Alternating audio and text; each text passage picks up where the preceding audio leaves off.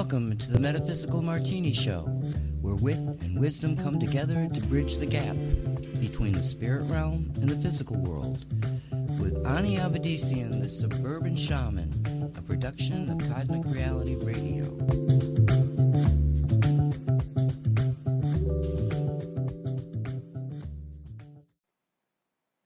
Hello everyone, I'm Ani Avedissian. Welcome to Metaphysical Martini. 3 parts spirit, 1 part rational mind. Add 2 drops of optimism. Give it all a good hard shake and pour. Dress it with the olives of grace and empathy. Sit back, sip slowly, and contemplate the wonder of cosmic co-creation. And a hearty hello to everyone out there. Hello, hello, hello. Thanks for joining me for yet another round of cocktails for this week's Metaphysical Martini, the show that tries to sort out what's true, what's woo, and what gets flushed down the loo. In today's, you fell for the biggest hoax perpetrated by deep state, and now you're buying into the election illusion, confused, cantankerous, combustible little world.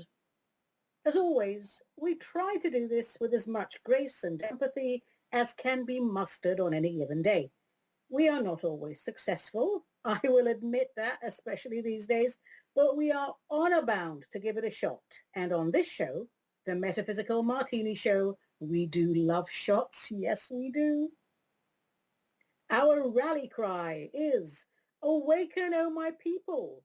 Do not follow the path of the sheeple, and do not give our God cause to weeple."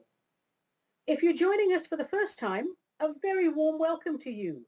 But be advised, we do not do politically correct because we do not wish to erode our intellect. We Martini heads, we're straight-talking folk, straightforward folks. We may be direct, but we come from a core of respect. There's no frippery or fakery here to up our numbers. What you see is what you get. We value common sense, common decency, common courtesy, and America's national sovereignty. In fact, national sovereignty for all nations, for all beings. When we use labels, we do so for identification purposes. We are strictly non-partisan because we believe, quite rightly, that all parties are in the can. Our world has lost its moral compass, and without a moral compass, the political arena is nothing more than a never-ending power play, benefiting a small group of sociopaths gorging themselves on the fat of the land while the rest of humanity begs for crumbs under fully laden tables. And honestly, people, by now, with so many repetitions of the same scenario throughout the ages, humanity, gosh, we should know better. And that's what this show is all about. Looking at the bigger picture, stepping outside the carefully crafted establishment narrative, and I will say, and I mean this, it is not for the faint of heart. If you're one of the millions, tens of millions, hundreds of millions, perhaps billions, who would rather sleep comfortably in the manufactured illusion, if you are content to do as you're told, eat what you're given, behave as ordered, conform, and believe everything that the daily spin churns out, this show is not for you. So move along now, move along, nothing to see here. If, on the other hand, you have capacity for objective thought and wish to better understand the marvels of cosmic co-creation, if you wish to enjoy your incarnation, well, you might hear something of value in the next hour. Who knows? I don't know. Who knows anything? We all thought we knew something, and then along came 2020. You know what, peeps? Life is an adventure.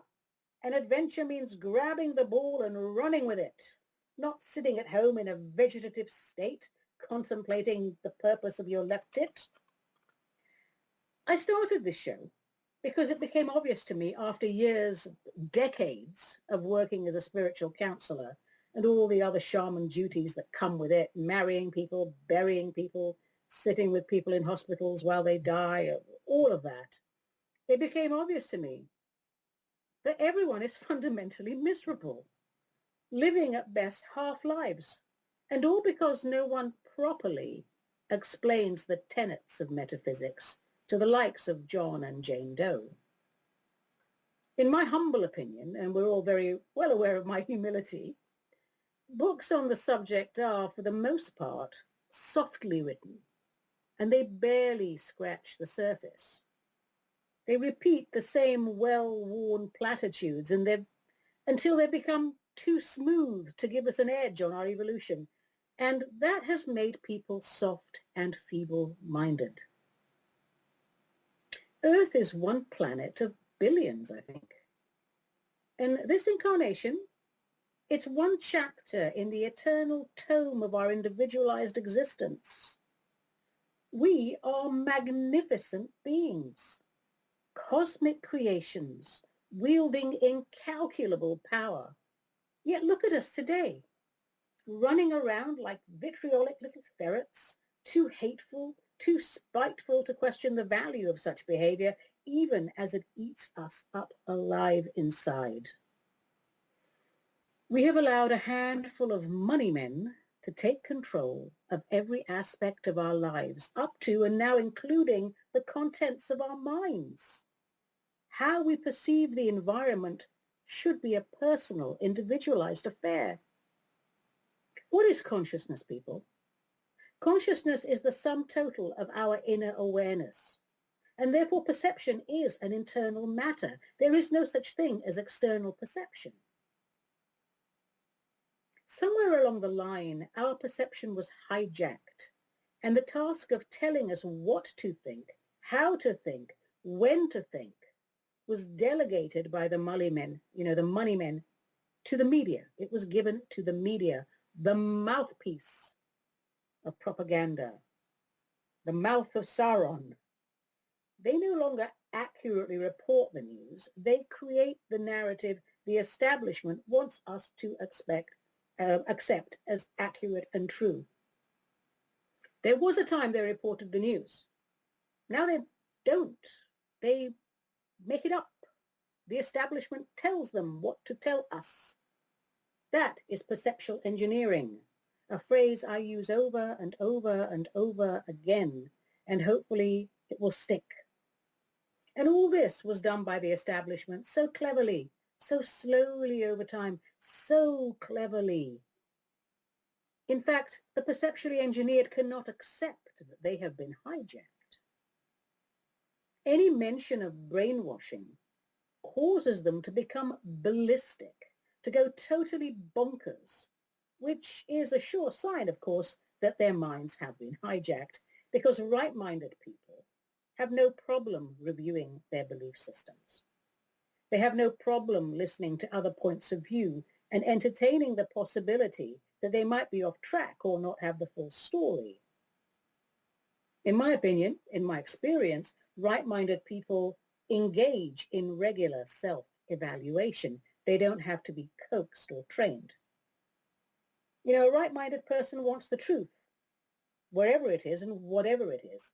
But a feeble-minded person, one whose perception has been manipulated and managed, cannot handle the truth, because part of the manipulation is the creation of strong emotional triggers.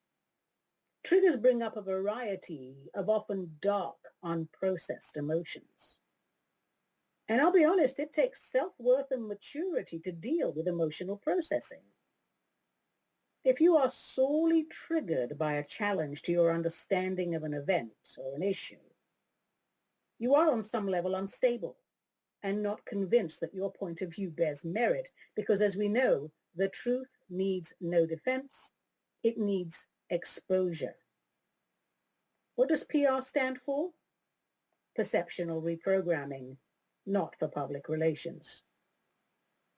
Someone states the truth. Truth is stated. If you believe what you know is true, it does not need to be constantly justified or rationalized and apologized for. Just the facts, ma'am, just the facts. Having the courage of one's convictions is generally a quiet affair. I know this to be true. You present it, and you set out to do so in as calm and rational a manner as one is able to. But we have to accept we won't always be able to debate or discuss with people. Some people's frame of reference is too limited. An example for me is people always want to discuss deep state with me, but they don't believe deep state exists. So, hello, I'm not responsible for the gaps in your education, and nor do I have time to waste with people who present themselves as imbeciles. If someone doesn't believe eggs exist, you're not going to discuss omelette recipes with them, are you? There's far too much time wasting out there today. Most of it is on social media, which I call the great unwashed mind of the world. Some of the things people say to me on social media, they wouldn't dare say that to me if they were standing in front of me. They wouldn't dare. All right then, darlings, enough pontificating from moi. Let's get on with the show. Let's get on with the show. It's time for Quack. Questions, answers, and comments from you, the people. If you would like to share the contents of your fabulous minds on my fabulous show, send me an email, ani@aniavedissian.com, or snail mail to Cosmic Ani, P.O. Box 714, Wilsonville, Oregon 97070, USA. And let me know if and how you wish to be identified, or else we shall refer to you as omit personal details. All right, let's take a look at our little fishbowl of perpetual perplexity, and let's see what comes out. And the first one is a postcard that says, oh, it's not. It says, it's from Pizza Schmitzer, and it says, Tuesday special, $15, any extra large pizza. I don't know how that got in there, but I'm going to hold on to that for Tuesday. All right, let's pick something else. All right, here's a question, a real question that comes from Ellie, who says, or is it Eli? I don't know. I think it's Ellie. And it says, oh my God, Ani, what is going to happen with this election? I'm getting stomach ulcers. My husband just put a slug of Jack Daniels in his root beer. My sister-in-law has threatened to give birth to piglets, and my nephew wants to join the Salvation Army. Well, okay. Well, first of all, let's state that we are recording this around November 11th, 2020. So, we have a frame of reference as to why this lady's family has gone completely mad. Second, I cannot believe your husband ruined his Jack Daniels by adding root beer. I mean, I know America has a soft spot for root beer, but to me, it's an unpalatable concoction on a par with raw sewage. As for your sister-in-law threatening to give birth to piglets and your nephew joining the Salvation Army, LOL, either you have a severely dysfunctional family or you need to become a staff writer for Saturday Night Live. The election, yes, I think that's what you asked about. Yes, did you know what is going to happen with the election? Yes, well, peeps are getting mighty wiggly over it, aren't they? I'm not wiggly. I'm not nervous or edgy. We are in process.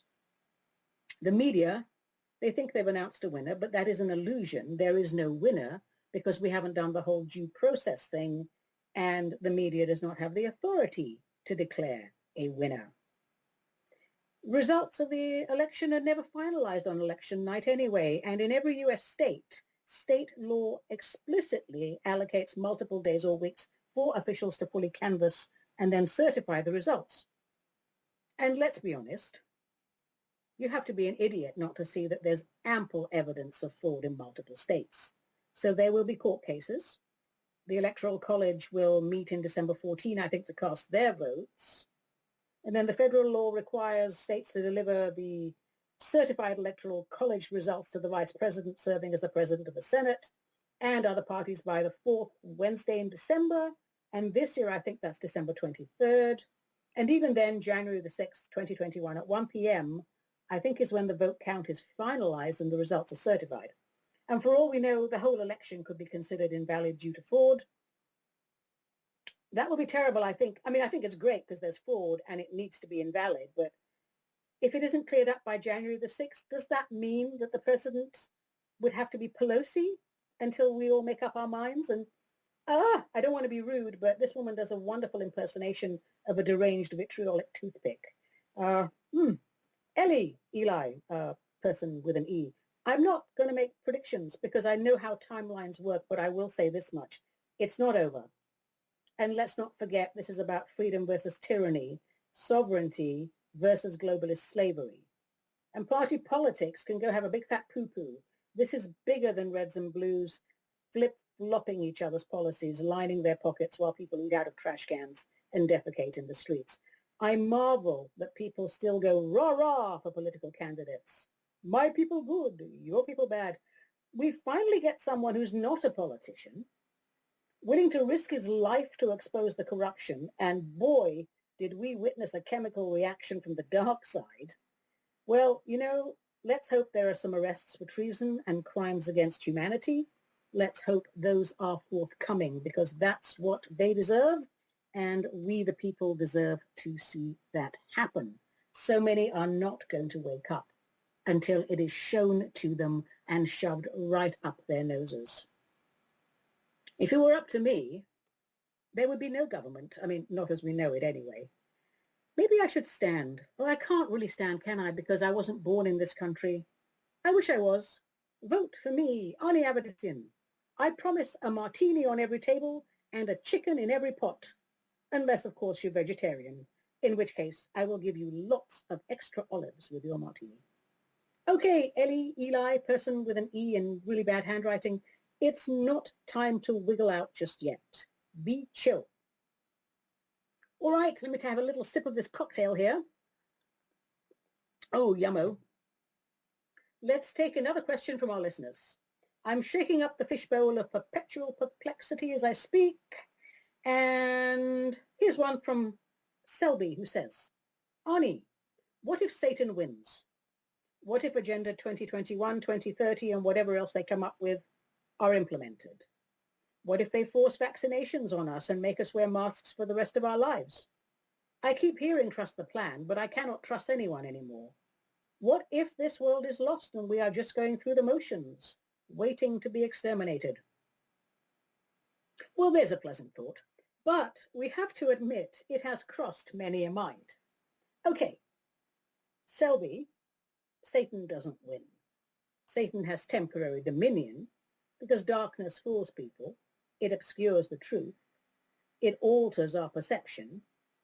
And we become accustomed to groping in the dark.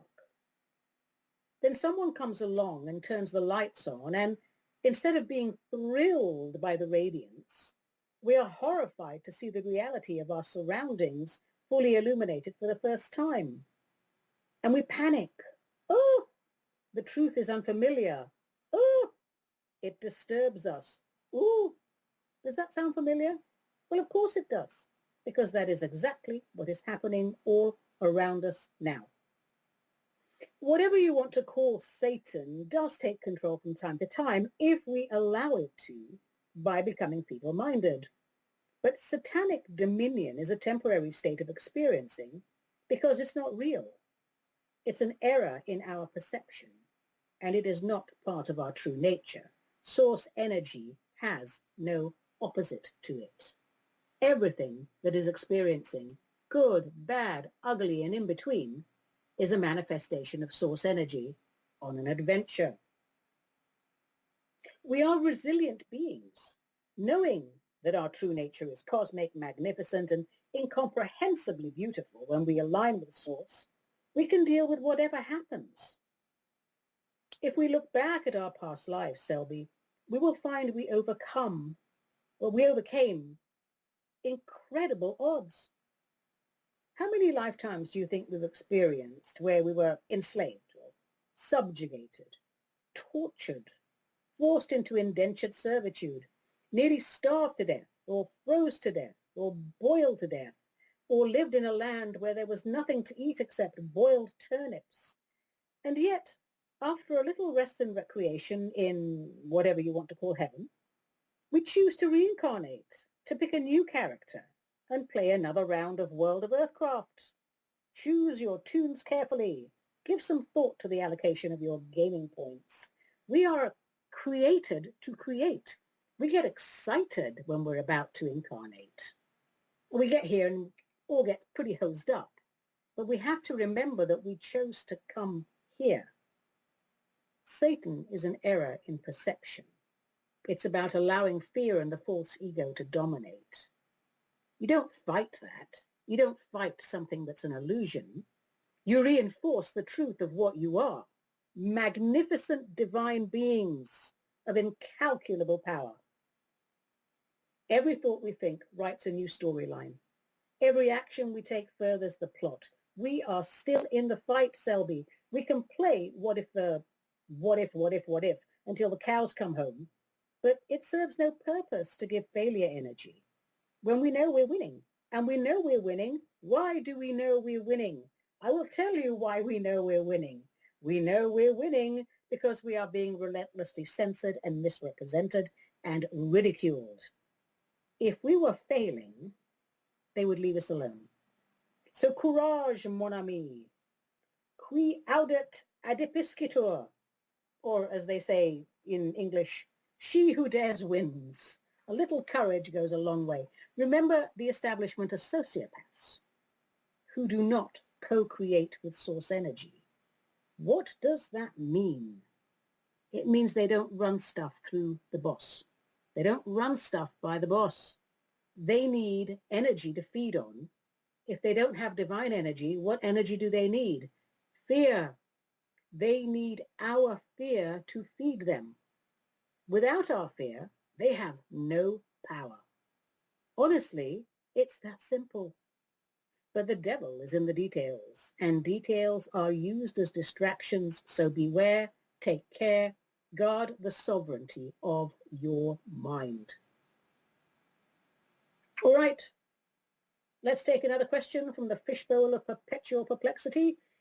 And this is from Omit Personal Details, who says, I came across this letter from a patriot organization here in St. Joseph's, Missouri. It resonated with me. I thought you might want to share it with your listeners.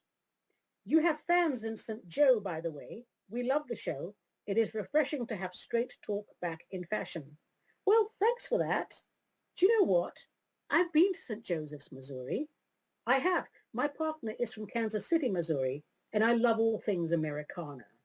And I went to St. Joseph's because, well, one, her late grandmother used to live there, but I went there to visit the Patey House Museum, and I saw the hole in the wall that was made by the bullet that took down Jesse James.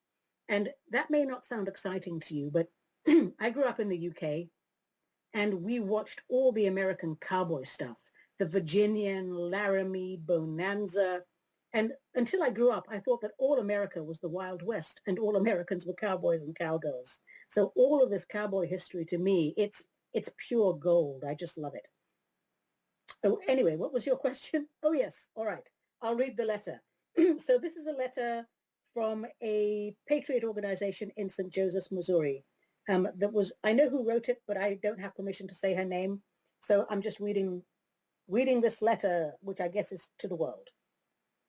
To all the Republican congressmen and congresswomen out there who have successfully won their seats in the 2020 election, congratulations.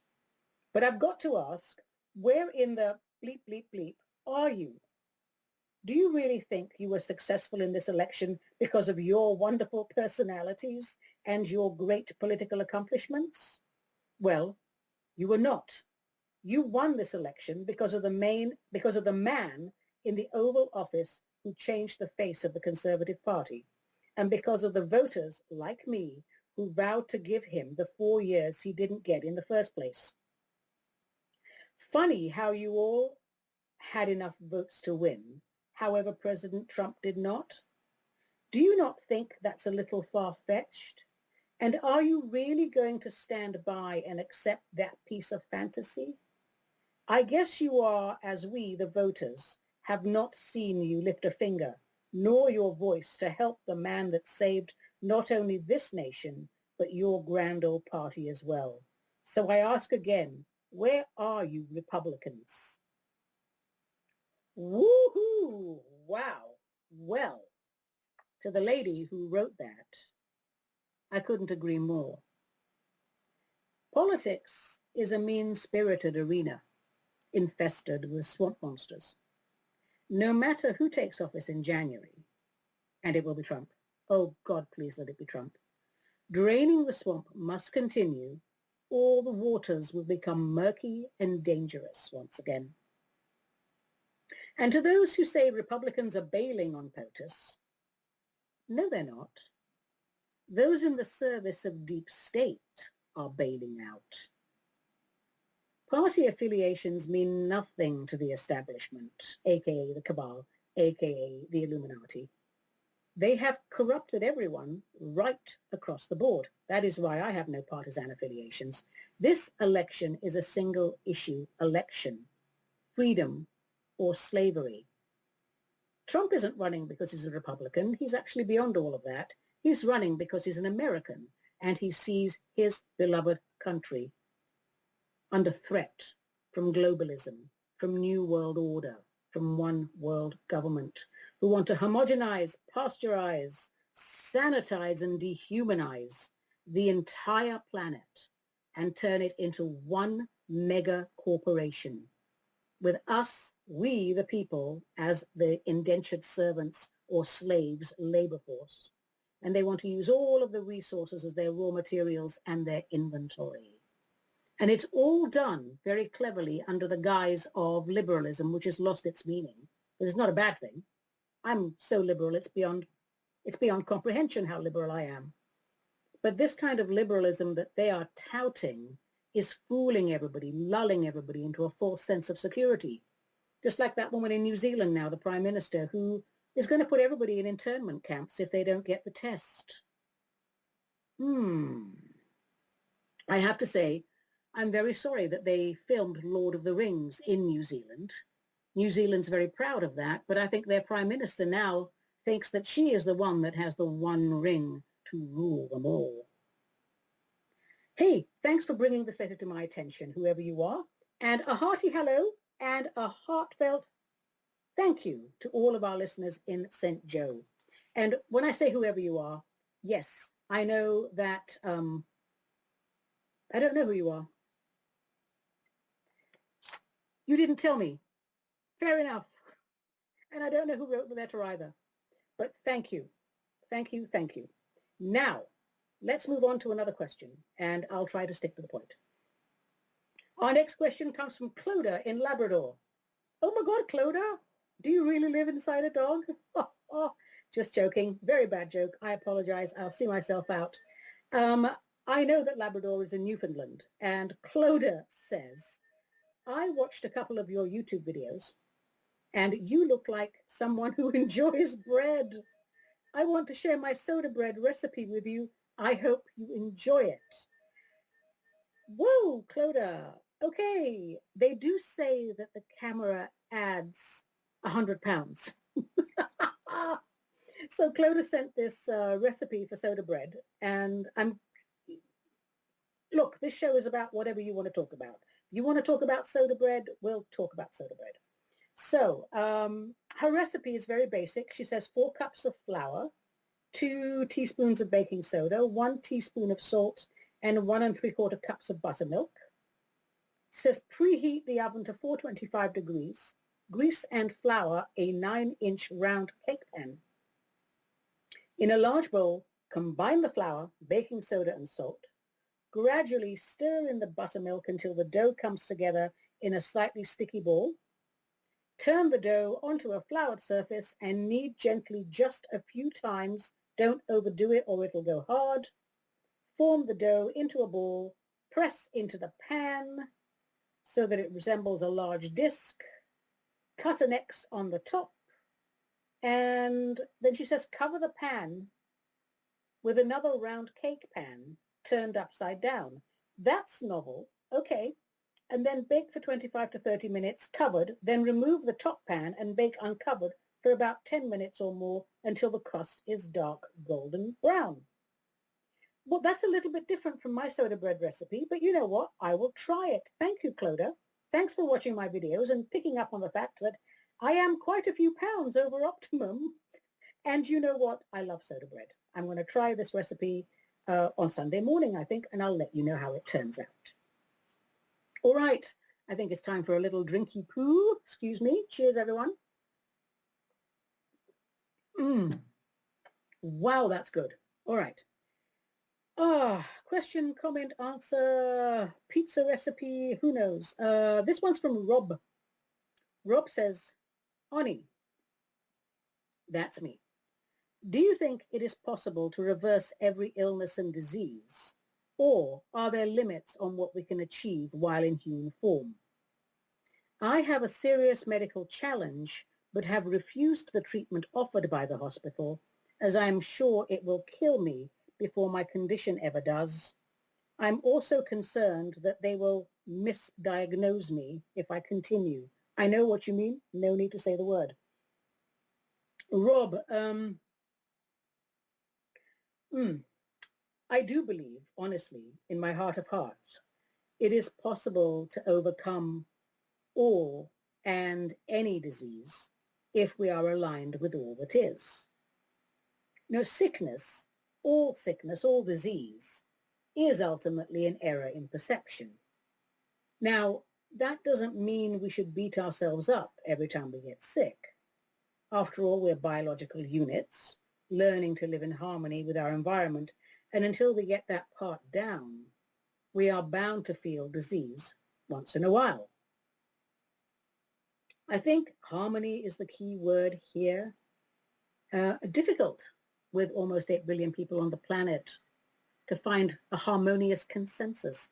The most important relationship we have is the one with supreme cosmic intelligence. If we accept our true nature, our cosmic divine magnificence, we're joining with the entire hierarchy of light and all the power and the wisdom of the entire cosmos singing the song of life with us. And that, my darlings, is some serious power.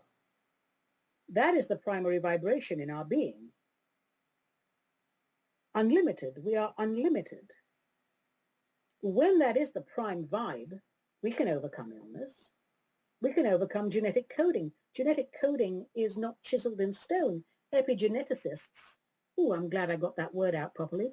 Epigeneticists are telling us this now. Of course, shamans have always known this, but they're telling us that your thoughts affect your coding. Well, it's basic Heisenberg principle. Whatever we think has an effect. Our thought forms can change the codes as easily as we turned our post-Big Bang thought forms into physical matter. The trick is to spend time each and every day focusing on our true nature until we take it for granted, our cosmic divine nature, until we take it for granted and it is almost mundane. That's important. It's a part of our being. It's almost mundane. And when we take it for granted, that's when it becomes our reality on this plane. And once we achieve that, then the mundane is magic. We can make marvelous things happen. So focus on the perfection of your being. Focus on how much your Creator adores you. Focus on the marvel of being a soul having an adventure as a human on a planet in a galaxy far, far away. And in spite of all the craziness we're currently experiencing, this is an excellent time to further our spiritual practice because a tremendous amount of Christed light is pouring into our world to help us negotiate the madness. Hey, Rob, send me another email if you'd like me to send you a couple of short protocols to help you get started. I'd be more than happy to do that. And I thank you for writing in. And you know what, man? I have this gut feeling you're going to be okay. I really do. Your head's in the right place. And that's where it's at. So thank you, Rob. Good luck to you and yours. Where are we with time? I think, what time? Time, all time and space exists at once. So we can take another 2 or more questions. Let's see what else the little fishbowl of perpetual perplexity has to offer.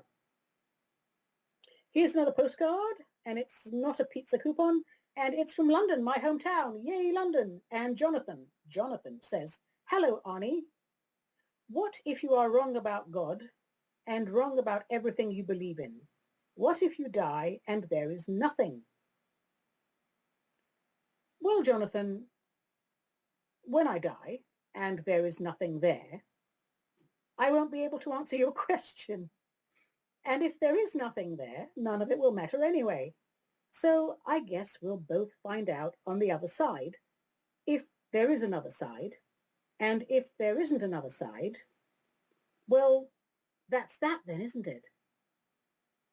One more question from David, who asks, Ani, do animals have souls? We get a lot of questions about animals and souls. We do. So I'm not going to go into great details, but yes, they do. Everything has some sort of a soul if it's alive. Even plants have life force. But here's a rough guide. If the animal has a pineal gland, and nearly all vertebrate species have a pineal gland, it is an individualized soul. If not, then it's part of a sort of soul energy collective. How do you know if it has a pineal gland? Well, you could ask a biologist or look it up, or you could see if the damn thing has a personality. The more individualized the personality, the more individualized the soul. And let's take another quickie. And again, this is from Omit Personal Details. It's from a person, but they don't want me to, I think you get this. Okay. Do you believe, as you have said on many occasions, that the two-party system or any multi-party system will be replaced, and if so, by what? I think we're too confused to figure it out. What do you think? Well, okay, opposite sides create discord. If we the people wake up, we'll find that we don't need that. We don't need people who wish only to further their party and how much power their party holds. We don't need flippity-floppity. We need one unit of government, we'll call it that for now, government, that seeks to further the prosperity of the nation it serves, and we need short-term limits for those who serve on that body. As a shaman, I can tell you that it is written in the Book of Light for this planet that America shall have one body, the servants of the American Republic. I'm not saying that's what it will be called, but that is what their function is, should be, and will be. There is no other way forward. Everything else is flip and flop, stab and chop, isn't it? The current system seethes with corruption, with depravity, feeding on the fears of a brainwashed populace. If we're proactive, if we engage in our civic duties and throw out the immoral, degenerate deviants passing themselves off as politicians, there's no reason why this cannot be achieved. And unless it is achieved, it's just round after round of flip-flop, stab and chop. We have to make this happen. Because at this time on this realm, where America goes, there goes the world. And that is a spiritual destiny, my darlings, we must fulfill with all diligence and honor and without hesitation. I know that so many people do not see it. They still think it's about Democrats and Republicans and a few little libertarians in one corner, a few little green people in the other corner. That's not where we're at. You cannot have left and a right opposing each other. Left and right balance the body. It is the most obvious thing in the world, and still nobody sees it. It was set up not for balance. It was set up to keep people in a constant state of threat perception and confusion. If it was any more obvious, it would shove itself up your nose and go, look, how obvious am I? But still, people don't see it. Thank you, everyone, for taking the time to write in. I do appreciate it, as do the other listeners who enjoy hearing your point of view. Thank you for taking the time to listen. Thank you for taking the time to write in. And now, since we're celebrating Veterans Day, I would like to dedicate our poetry segment, a little pat of poetry, to all veterans. Veterans Day honors all those who have served the country in war or peace, dead or alive, although it is largely intended to thank living veterans for their sacrifice. And it was originally called Armistice Day, commemorating the end of World War I. World War I officially ended when the Treaty of Versailles was signed on June 28, 1919. However, the fighting ended about 7 months before that, when the Allies and Germany put into effect an armistice on the 11th hour of the 11th day of the 11th month. And for that reason, November 11, 1918 was largely considered the end of the war to end all wars.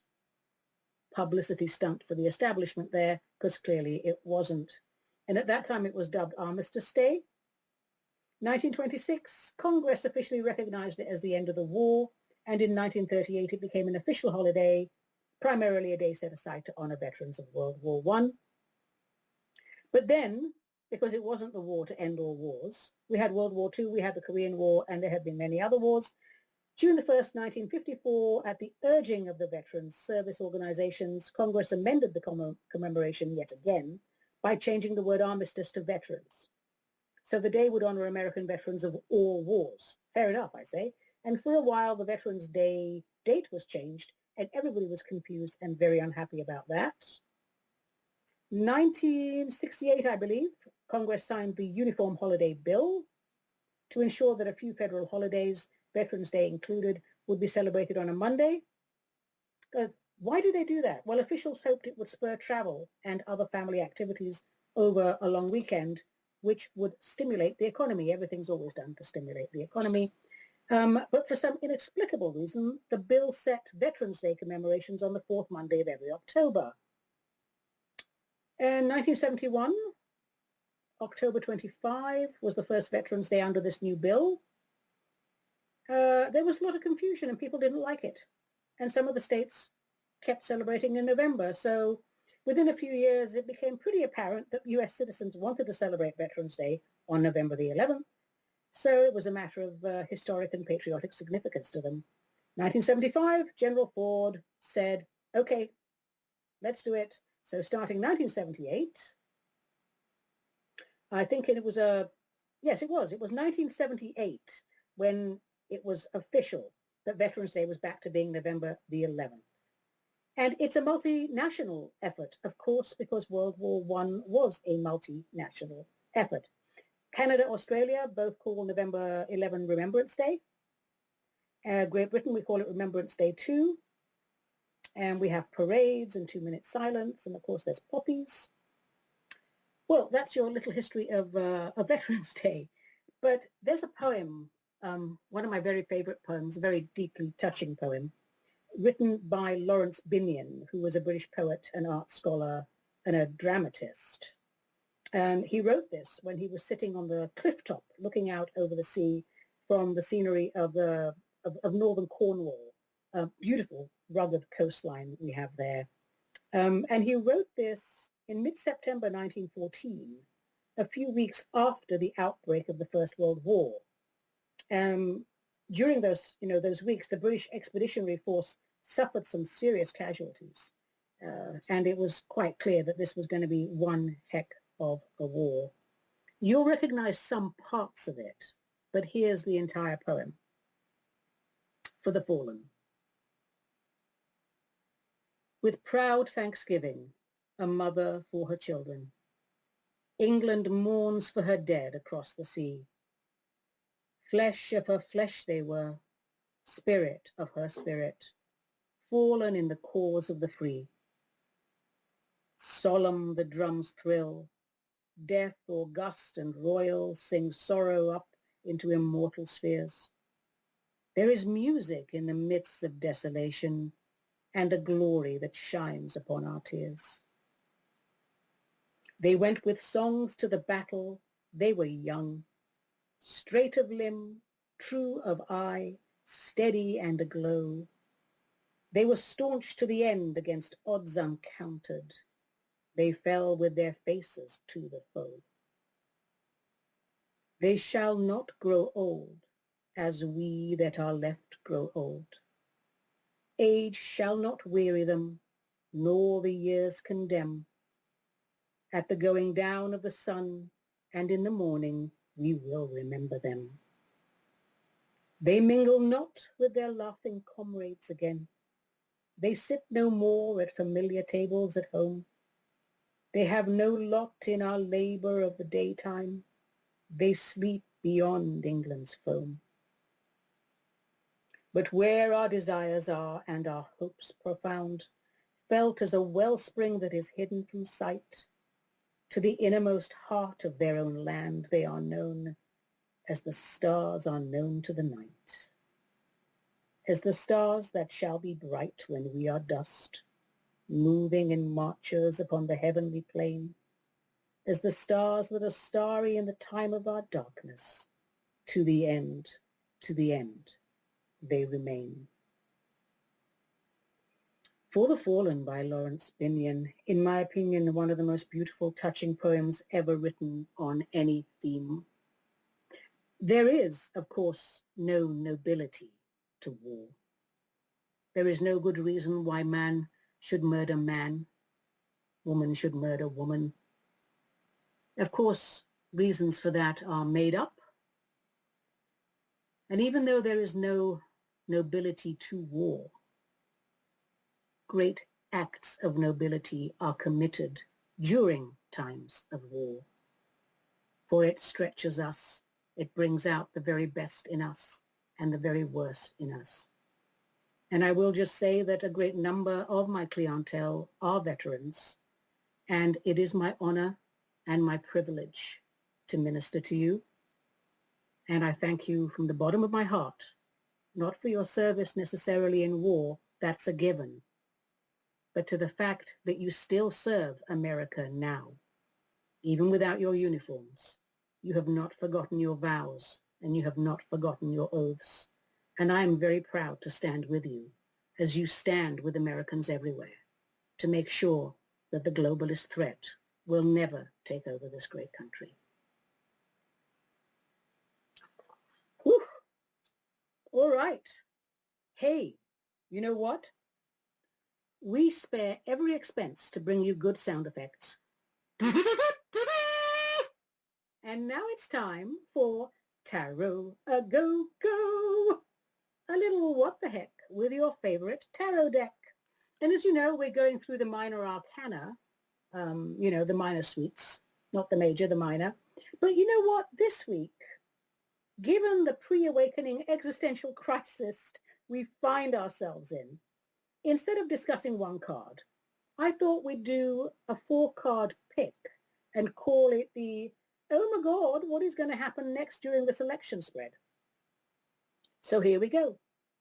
I am going to take a moment to shuffle the deck and shuffle, and I'll shuffle with one hand.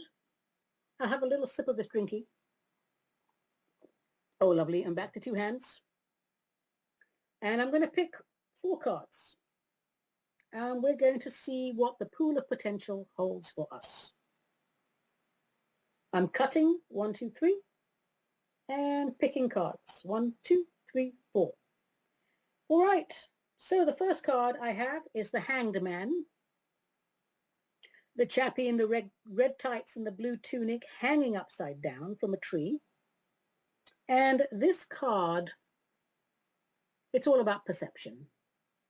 He's hanging upside down, but is he?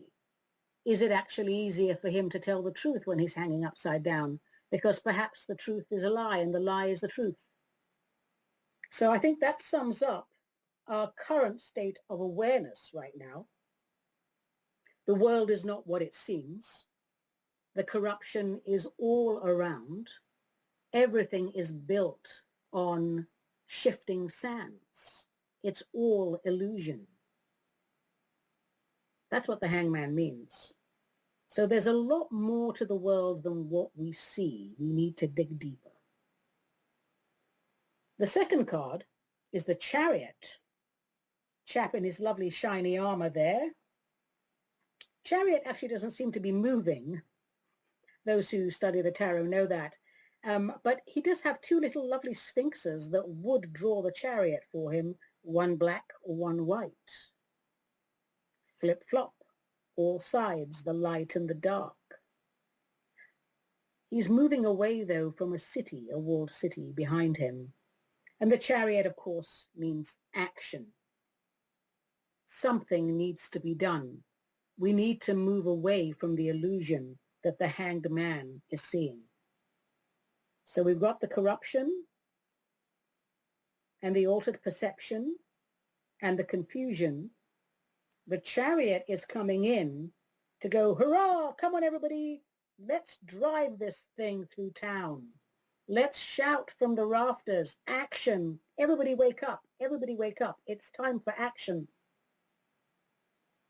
And while he's running around, what is his purpose? Is he just running around just for the sake of running around? He's shouting out to people, trying to get them to realize something. And the card that I picked right after that is the justice card, the balance of justice. And that can be the laws of our land, or it can be karmic justice. But of course, when we think about it, they're intertwined. And the last card I picked is number 8 in the major arcana, fortitude, strength. A gentle maiden closing the mouth of a fierce lion. This means that love over hate, intellect over confusion. This couldn't have worked out better if I had tried. The Hanged Man is where we are now and all the people waking up. The Chariot are all the awakened running around trying to wake everybody else up. Justice is what is coming. And I think it's going to be a bit of a longer haul than we thought to get this all sorted out. But if we stay the course, that's what the strength means to me. This maiden, she is not afraid of the lion. She knows that she stands in truth and light. And therefore, she's just gently approaching the lion, gently closing its mouth. She is not afraid, for she is in the right. And what this says to me is, yep, people are waking up. Yep, we're taking the correct action. Yes, there will be justice. And let us show grace on the other side of this, which will not be easy for a great many people, especially those who have been insulted, ridiculed, marginalized. But if you are standing in God's truth and in God's light, then the false ego is diminutive within you. So you shouldn't take offense. We understand that people's minds have been controlled. There's been brainwashing. People are terrified and they're locked in fear. So they're not themselves. They're not in their right mind. So I, for one, will make every effort to show as much grace as possible on the other side of this as people awaken. So that, my darlings, is the Tarot A-Go-Go for today. Now, we're not going to have time for Plato Chips or the Cryptic Mystic, but I thought what we would do is a little citizen in the Constitution. Because without civics, your opinion is nothing more than noise pollution. So today I'd like to present the concept of freedom of speech, something that is being hurriedly buried even as I speak. You know, I collect a great many books. I'm a book lover. I'm surrounded by books. I fall over my books. And it's been very difficult to find textbooks for school children on the Constitution anymore. And this was something that was, readily available up until a couple of decades ago. I want to recommend a series called We the People, The Citizen and the Constitution. I've been finding them in secondhand bookstores all over the place. Make some phone calls and see if you can't find them, The Citizen and the Constitution. So today I just want to talk about freedom of expression a little bit. Freedom of expression, because we're being censored. Well, the liberals aren't being censored because they've forgotten what it is to be a liberal. I'm a liberal, but I'm not one of those. We're being censored. Anything to do with patriotism and sovereignty, let's put it that way. Let's not use liberal conservative. Anything to do with sole sovereignty, national sovereignty, freedom of speech, making up your own mind, all of that is being censored. And the terms that we need to understand are assembly, expression, petition, press, and speech. So if someone says to you, why is freedom of speech important? What would you say? Well, you have to understand what the terms are to begin with. So briefly, speech is the right to talk about your beliefs, ideas, or feelings. Surely we have that right. Press is the right to read and write whatever you wish. Assembly is the right to meet with others to discuss your beliefs, ideas, or feelings. And petition is the right to ask your government to correct things that you think are wrong or to do things that you believe are needed. The rights to freedom of speech, press, assembly, and petition are all part of freedom of expression. An expression means to communicate your beliefs, ideas, or feelings to others. And the First Amendment of the Bill of Rights protects our right to freedom of expression. Our Constitution limits the powers of our government in order to protect those freedoms. Under our Constitution, the government cannot interfere with those rights except under very special circumstances. Now, this is a longer subject than we have time for. But if you have children who are not being taught civics, I think it's time you did something about it. Because people were taught civics up until a little while ago. Because no government now is going to give you the power to overthrow them. They don't want people to be proactive. They want people to believe whatever they are told, to wear masks and submit to inoculation and become automatons. And all of this is very simply, we can fix this by teaching each other to reclaim our minds and to go back to the original founding of this nation and follow its history and take a look at why freedom of expression was so important to the founders. You know, throughout history, governments have tried to stop people from spreading new ideas.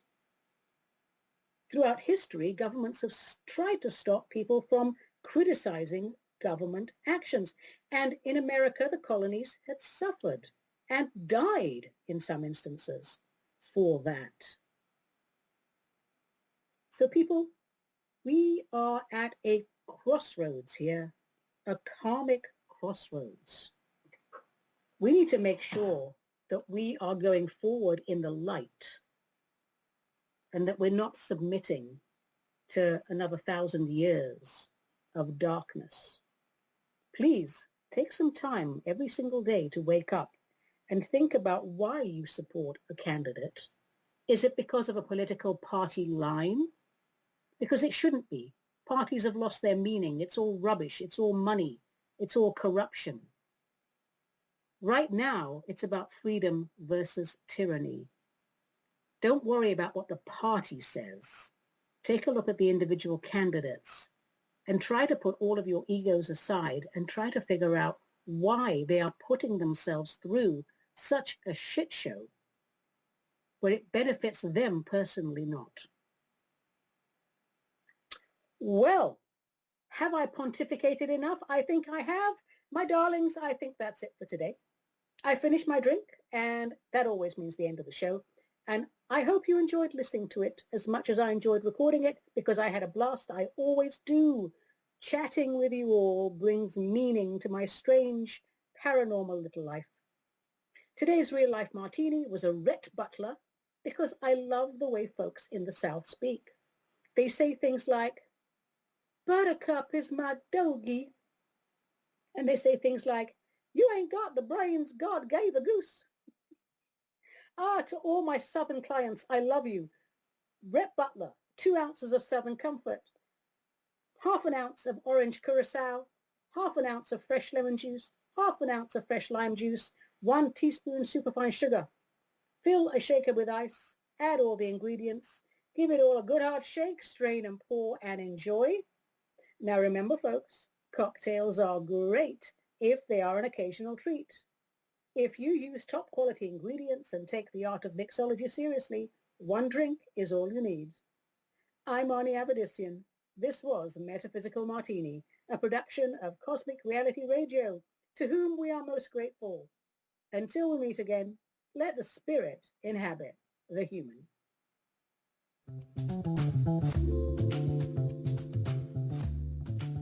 You have been listening to the Metaphysical Martini Show with Ani Avedissian, the Suburban Shaman, a production of Cosmic Reality Radio.